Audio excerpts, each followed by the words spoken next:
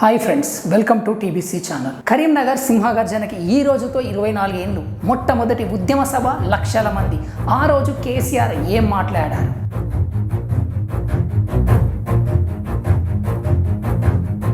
5 లక్షల తెలంగాణ ప్రజలు స్వచ్ఛందంగా ఎందుకు ఈ సభకు వచ్చారు? ఈ సభ తర్వాత అప్పటి ఆంధ్ర పాలకుల పరిస్థితి ఏంటి?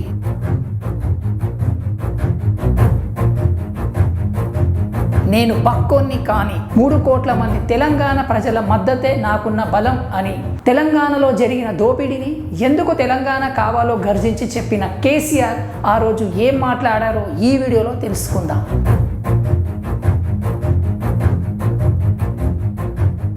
Welcome to Telugu broadcasting channel. ఇలాంటి ఇంట్రెస్టింగ్ వీడియోస్ కోసం మన ఛానల్ని సబ్స్క్రైబ్ చేయండి. దశాబ్దాల పాటు దగాపడ్డ తెలంగాణ ప్రజల ఆకాంక్షలే లక్ష్యంగా ప్రత్యేక రాష్ట్ర సాధనకు పునాది వేసిన తెలంగాణ సింహగర్జన. తెలంగాణ సింహగర్జనకు ఈ రోజుతో సరిగ్గా 24 ఏళ్ళు పూర్తి. తెలంగాణ రాష్ట్ర సాధన కోసం 2001 ఏప్రిల్ 27న జలదృశ్యంలో గులాబీ జెండా ఎగురవేసిన కేసీఆర్ ఆ తర్వాత 2001 మే 17న కరీంనగర్లో సింహగర్జన పేరుతో ప్రత్యేక రాష్ట్ర ఉద్యమ సాధన కోసం మొట్టమొదటి సభ పెట్టారు. ఆ బహిరంగ సభకు లక్షలాదిగా జనం స్వచ్ఛందంగా వచ్చి తెలంగాణ రాష్ట్రం ఇవ్వాల్సిందే అని తీర్మానించారు. 22 ఏళ్ల క్రితం కేసీఆర్ ఆ సభలో తెలంగాణకు జరిగిన అన్యాయాన్ని, ప్రత్యేక రాష్ట్ర అవసరాన్ని ప్రజలకు వివరించి చెప్పారు. కరీంనగర్లో సింహగర్జన సభలో ఆ రోజు కేసీఆర్ మాట్లాడుతూ, నా ప్రాణం పోయినా సరే ప్రత్యేక తెలంగాణను సాధించి తీరుతా, ఉద్యమానికి వెన్నుపోటు పొడిచే సమస్యే లేదన్నారు. రేపటి తెలంగాణ రాష్ట్ర రాజధాని హైదరాబాద్లో భూకంపం వచ్చిందని, ఈ భూకంపం నుంచి వేలాది గులాబీ పూలు పుట్టుకొచ్చాయన్నారు. నేను హైదరాబాద్ నుండి కరీంనగర్ వస్తుంటే ఎక్కడ చూసినా ఈ గులాబీ పూలే కనిపించాయని, ఈ భూకంపంలో కొన్ని రాజకీయ వలసలు కూడా ప్రారంభమయ్యాయన్నారు. గత 44 ఏళ్ల చరిత్రలో తెలంగాణకు ఏ రంగంలో చూసినా పూర్తిగా అన్యాయమే జరిగిందన్నారు. నిలువెల్ల గాయాలతో ఈ ప్రాంతం కంటతడితో కనిపిస్తుందని, తెలంగాణ ప్రజల మనోభావాలను ఆంధ్ర పాలకులు పట్టించుకోవటం లేదు, అందుకే ఈరోజు తెలంగాణ రాష్ట్రం కావాలని ప్రతి ఒక్కరూ కోరుకుంటున్నారని కేసీఆర్ గట్టిగా చెప్పారు. అనేక ప్రజా ఉద్యమాలకు నిలయమైన తెలంగాణ ప్రత్యేక రాష్ట్రంగా ఏర్పడే వరకు ఈ ఉద్యమం ఆగదు. తెలంగాణను బ్రహ్మాండంగా అభివృద్ధి చేస్తామని ముఖ్యమంత్రి చెబుతున్నారు. కానీ తెలంగాణ రైతుల సమస్యలు పరిష్కారం మాత్రం చేయలేదన్నారు. తెలంగాణ కోసం గతంలో జరిగిన ఉద్యమంలోని చివరి అంకాన్ని పదే ఎత్తి చూపుతూ స్వార్థం, పదవులను గుర్తు చేస్తూ చిన్నబుచ్చే మాటలు చెబుతున్నారు. అదే ఉద్యమంలో జరిగిన త్యాగాలను మరుగుపరుస్తున్నారన్నారు. మన చరిత్రను, సంస్కృతిని వక్రీకరిస్తున్నారు. తెలుగు సినిమాల్లో విలన్లకు, జోకర్లకు తెలంగాణ యాసను ఉపయోగిస్తున్నారు. మన సంస్కృతిని, భాషను అవహేళన చేస్తున్నారని కేసీఆర్ ఫైర్ అయ్యారు. ఈ ఉద్యమం చేసే ముందు ప్రపంచంలో జరిగిన ఎన్నో ఉద్యమాల చరిత్రను చదివాను. ఏ పోరాటం ఎందుకు విజయవంతమైందో, ఏ పోరాటం ఎందుకు ఫెయిల్ అయ్యిందో పూర్తిగా తెలుసుకున్నానని అన్నారు. విఫలమైన పోరాట చరిత్రల నుంచి గుణపాఠాలు నేర్చుకొని విజయవంతంగా పోరాటం ఎలా జరపాలో నాకు తెలుసు. ఈసారి ఉద్యమం గ్రామం, మండలం, జిల్లా స్థాయి కమిటీలతో పకడ్బందీగా ముందుకు సాగుతుంది. 20 రోజుల కింద ఏర్పాటైన తెలంగాణ రాష్ట్ర సమితికి బాగా స్పందన వచ్చిందని చెప్పడానికి సింహగర్జనకు వచ్చిన ప్రజలే నిదర్శనం అని అన్నారు. తెలంగాణ రాష్ట్రం కావాలని ప్రజలు కోరుకోవటం లేదని పాలకులు అంటున్నారు. అక్కడ సింహగర్జన సభకు ఇంత పెద్ద ఎత్తున జనం హాజరైంది తెలంగాణ కోసమేనని చెప్పారు.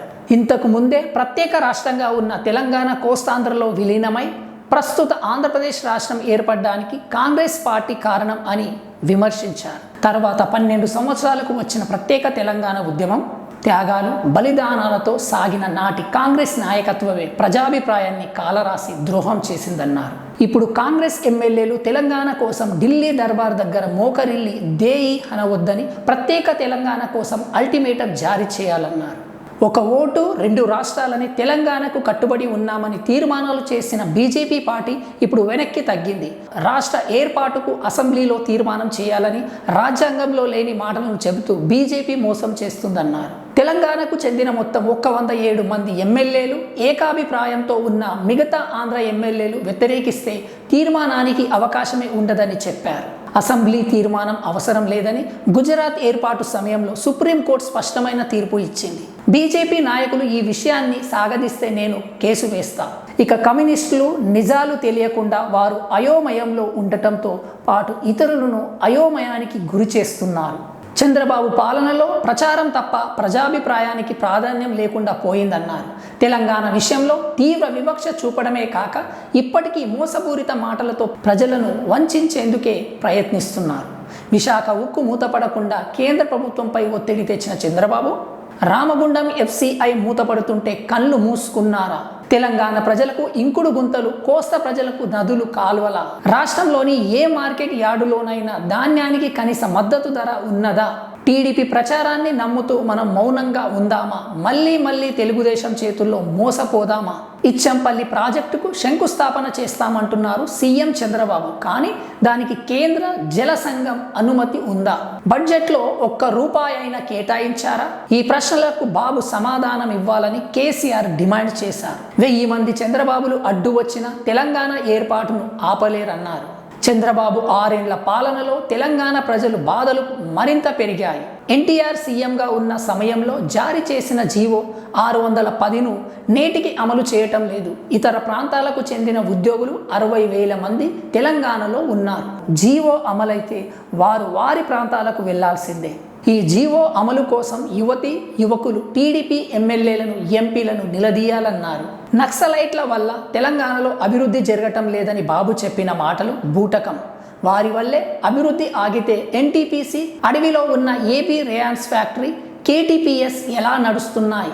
తెలంగాణలో ఉన్న అజాంజాయి మిల్లు, నిజాం చక్కెర ఫ్యాక్టరీ కరమరుగవుతున్నాయి. విద్యుత్ బోర్డుకు సంబంధించి తెలంగాణలో ఉన్న ఆస్తులను టీడీపీ పార్టీకి చందాలు ఇచ్చే వాళ్లకు తక్కువ ధరకు అమ్మేందుకు సిద్ధమయ్యారని కేసీఆర్ ఫైర్ అయ్యారు. వ్యవసాయానికి ఉచిత విద్యుత్ సాధ్యమే అని చెప్పారు. తెలంగాణ అభివృద్ధి ప్రత్యేక రాష్ట్రంతోనే సాధ్యం. తెలంగాణకు గతం నుంచి జరుగుతున్న అన్యాయాలపై గత 6 నెలలుగా చర్చించిన తరువాత త్యాగాల వల్ల ఉద్యమాలు నిలుస్తాయని నమ్మిన పదవులను గడ్డిపోచలా వదులుకున్నానని కేసీఆర్ చెప్పారు. శాంతియుతంగా, ప్రజాస్వామ్యబద్ధంగా ముందుకు సాగి పంచాయతీ ఎన్నికల్లో పూర్తి విజయం సాధించడం ద్వారా తెలంగాణ రాష్ట్ర సమితి పునాదులు పటిష్టం చేద్దామని చెప్పారు. ప్రస్తుత లోక్సభ 5 ఏళ్లు ఉండదు. ఎప్పుడు మధ్యంతర ఎన్నికలు వచ్చినా అందరూ సిద్ధంగా ఉండాలన్నారు. పార్లమెంట్ ఎన్నికల విజయం సాధించడం ద్వారా ఢిల్లీ సర్కారు కాళ్ళబేరానికి వచ్చి తెలంగాణను ప్రసాదించే పరిస్థితి తీసుకువస్తామన్నారు. తెలంగాణ కోసం ఢిల్లీ సర్కారును అడుక్కోవాల్సిన అవసరమే లేదు. ఢిల్లీ సర్కారే మన కాళ్ళ వద్దకు వచ్చి తెలంగాణ రాష్ట్రాన్ని ఇస్తుందన్నారు. కరీంనగర్ సింహగర్జన విజయవంతమైంది. 2వ విడత పోరాటాన్ని ప్రజల్లోకి, ఉద్యమాన్ని తీసుకెళ్లటం ద్వారా ప్రారంభిస్తామన్నారు. నేను బక్కపల్చగా ఉండవచ్చు, కానీ 3 కోట్ల మంది తెలంగాణ ప్రజల మద్దతే నాకున్న బలం అని, ఇదే సహకారం, మద్దతు అందిస్తే శాంతియుతంగా ప్రజాస్వామ్య పద్ధతిలో ప్రత్యేక రాష్ట్ర సాధించి తీరుతాం అని కేసీఆర్ ప్రకటించారు. ప్రత్యేక రాష్ట్ర సాధన కోసం ప్రాణత్యాగానికైనా సిద్ధం. తెలంగాణ ఉద్యమ నిర్మాణంలో చిత్తశుద్ధి లేని నాయకులను నిలదీసే విధంగా తెలంగాణ ప్రజల్లో చైతన్యం తీసుకురావడం మా లక్ష్యం అని చెప్పారు. తెలంగాణ సింహగర్జన సభ తెలంగాణ రాష్ట్ర ఏర్పాటును కోరుతున్నది. ఇన్నాళ్లుగా దగాపడ్డ తెలంగాణ ఇక మౌనంగా ఉండలేదన్నారు. ప్రత్యేక రాష్ట్రాన్ని సాధించే వరకు 3 కోట్ల ప్రజలు సింహాలై గర్జిస్తారని చెప్పారు. ప్రత్యేక రాష్ట్ర సాధన కోసం ప్రాణత్యాగానికైనా సిద్ధం. ఈ లక్ష్య సాధనలో వెనుకడుగు వేస్తే నన్నే కాకుండా తెలంగాణ రాష్ట్ర సమితి నాయకులు ఎవరైనా ప్రజలు రాళ్లతో కొట్టి చంపవచ్చని కరీంనగర్ సింహగర్జన సభలో కేసీఆర్ గర్జించారు. ఎవరు ఏమని విమర్శించినా కానీ ఈ కరీంనగర్ సింహగర్జన సభ తెలంగాణ మలిదశ ఉద్యమానికి ముందు అడుగు లాంటిదని చెప్పవచ్చు. ఈ సభ ప్రత్యేకత ఏమిటి అంటే, అప్పటి టీడీపీ ప్రభుత్వం ఎంత కట్టడి చేసినా కానీ తెలంగాణ ప్రజలు తమ జేబులో డబ్బులు పెట్టుకొని మరి దాదాపు 5 లక్షల తెలంగాణ ప్రజలు ఈ సభకు స్వచ్ఛందంగా హాజరయ్యారు. ఈ సభతో అప్పటి టీడీపీ సీఎం చంద్రబాబు, ఆంధ్ర పాలకుల కాళ్ళ కింద భూమి కంపించిందని చెప్పాలి. అందుకే తెలంగాణ మలిదశ ఉద్యమంలో May 17 కరీంనగర్ సింహగర్జన మర్చిపోలేని రోజుగా చెప్పవచ్చు. ఇలాంటి ఇంట్రెస్టింగ్ అప్డేట్ కోసం మన ఛానల్ని సబ్స్క్రైబ్ చేయండి. Thank you.